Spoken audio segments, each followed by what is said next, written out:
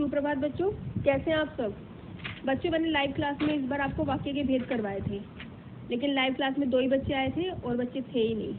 ठीक है, उसकी वीडियो बना रही हूँ, देख लेना और कर लेना वर्क। तो वाक्य सबसे पहले तो आपको पता होना चाहिए कि वाक्य क्या होता है। वर्णों के मेल से शब्द और शब्दों के मेल से वाक्य बनते हैं। सभी को पता है, जब कई सारे वर्ण मिल जाते हैं तो उससे क्या बनता है, एक शब्द का निर्माण होता है और कई शब्दों के मेल से एक वाक्य बनता है।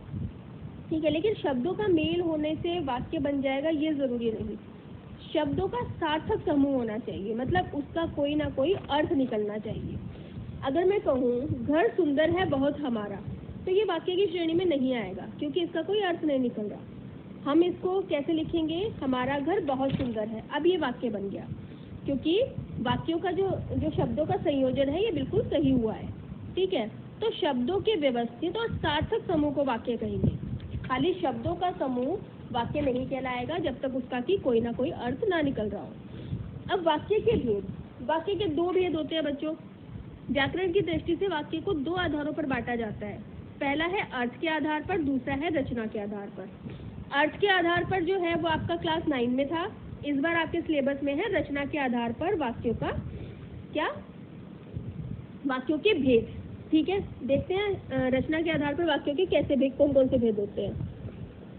देखिए, पहला देखो सरल वाक्य। रचना के आधार पर वाक्य के 3 भेद होते हैं। पहला होता है सरल वाक्य, दूसरा संयुक्त और तीसरा होता है मिश्रित वाक्य। अब सरल वाक्य क्या है, जिस वाक्य में किसी एक मुख्य क्रिया, एक विधेय और एक ही उद्देश्य होता है उसे सरल वाक्य कहते हैं।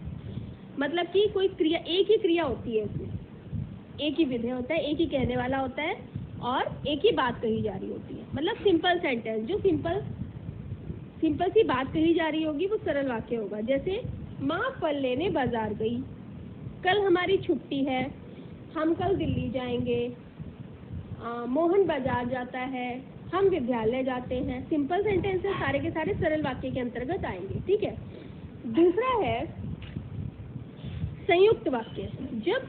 जिस वाक्य में 2 या 2 से अधिक स्वतंत्र उपवाक्य योजक या समुच्चय बोधक अव्यय द्वारा जुड़े हों उन्हें संयुक्त वाक्य कहते हैं। यानी कि 2 वाक्य अलग अलग होंगे, उनको एक संयोजक शब्द से जोड़ दिया गया होगा, ये योजक शब्द से जोड़ दिया गया होगा, उसे हम कहेंगे संयुक्त वाक्य। देखो, हमने फिल्म का टिकट खरीदा, सिनेमा हॉल चले गए। हमने फिल्म का टिकट खरीदा एक वाक्य है, सिनेमा हॉल चले गए दूसरा वाक्य है। इन दोनों को हमने एक योजक चिन्ह से जोड़ दिया। हमने फिल्म का टिकट खरीदा और सिनेमा हॉल चले गए, तो ये कौन सा वाक्य बन गया, संयुक्त वाक्य, क्योंकि 2 वाक्यों को एक योजक चिन्ह से हमने जोड़ दिया। दूसरा देखो, पिताजी बाजार गए, हमारे लिए मिठाई लाए। 2 अलग अलग वाक्य हैं, हमने इसको और से जोड़ दिया। पिताजी बाजार गए और हमारे लिए मिठाई लाए। ठीक है, तो ये हो गया हमारा संयुक्त वाक्य। तीसरा है, यहाँ खेत थे परंतु अब यहाँ मॉल बन गया है। ठीक है, यहाँ खेत थे एक सेंटेंस है, दूसरा है अब यहाँ मॉल बन गया है। किससे जोड़ दिया, परंतु से।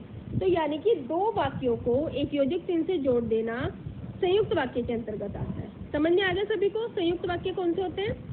तीसरे प्रकार के जो वाक्य होते हैं मिश्रित वाक्य।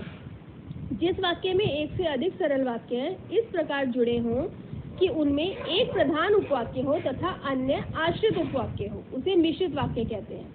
मतलब कि एक वाक्य दूसरे के बिना अधूरा रहता है, जब तक दूसरा वाक्य उसके साथ नहीं जुड़ेगा तब तक वो पूरा नहीं होगा। देखिए, जैसे ही हवन समाप्त हुआ वैसे ही प्रसाद बांटा गया। अगर मैं खाली ये लिख दूं जैसे ही हवन समाप्त हुआ, तो क्या ये वाक्य पूरा होगा, नहीं, जब तक कि हम आगे की बात नहीं कहेंगे वैसे ही प्रसाद बांटा गया। ठीक है, मैं जैसे ही घर पहुंचा वर्षा शुरू हो गई। मैं जैसे ही घर पहुंचा अगर कह के छोड़ दूंगी तो ये वाक्य अधूरा रहेगा, जब तक कि आगे की बात नहीं कही जाएगी। वर्षा शुरू हो गई, यानी कि दूसरा वाक्य इस वाक्य के बिना अधूरा है, या पहला वाक्य दूसरे वाक्य के बिना अधूरा है। सब जानते हैं कि पृथ्वी सूर्य के चारों ओर घूमती है। अगर मैं खाली छोड़ दूं ये कह के सब जानते हैं, हमें क्या पता सब क्या जानते हैं, जब तक कि हमने आगे वाली बात नहीं कही। यदि वह परिश्रमी है तो ईमानदार भी है। यदि वह परिश्रमी है, अगर ये छोड़ दूं तब भी वाक्य पूरा नहीं होगा, तो ईमानदार भी है। समझ में आ गया। मिश्रित वाक्य होगा जिसमें कि पहला वाक्य दूसरे के बिना अधूरा रहेगा। ठीक है, ये तीनों आपको फेयर कॉपी में काम करना है। अब देखो बच्चों, नेक्स्ट मैंने आपको वाक्य दिए हैं, ये एक्सरसाइज करनी है। निम्नलिखित वाक्यों को सरल वाक्य में बदलिए। लड़का गांव गया, वहां बीमार हो गया। छात्र स्कूल से घर आया, वह खेलने चला गया। 2 वाक्य दिए हुए हैं, इनको मिला के एक सरल वाक्य बनाना है। गांव में बाढ़ आई, जल जीवन अस्त व्यस्त हो गया। बच्चा माँ से रूठ गया, वह रोने लगा। जो गरजते हैं वे बादल बरसते नहीं। मेरा मित्र विदेश में रहता है, अगले महीने वह भारत आ रहा है। वह घर गया, वह बीमार हो गया। सूरज निकला, चारों ओर प्रकाश छा गया। बालकों ने शोर मचाया, बालक पकड़ लिए गए। एक दिन आंधी आई, कई पेड़ आंधी से गिर गए। उसने मुझे देखा, वह खिसक गया। कल मुझे वेतन मिलेगा, मैं आपका कर्जा चुका दूंगा। ठीक है, इनको आपको सरल वाक्य में बदलना है। सरल वाक्य मतलब सिंपल सेंटेंस, आपको इनको सिंपल वाक्य में बदलना है। ठीक है बच्चों, ये सारा काम आप कल शाम को 3 बजे से पहले मेरे पास सबमिट कर देंगे।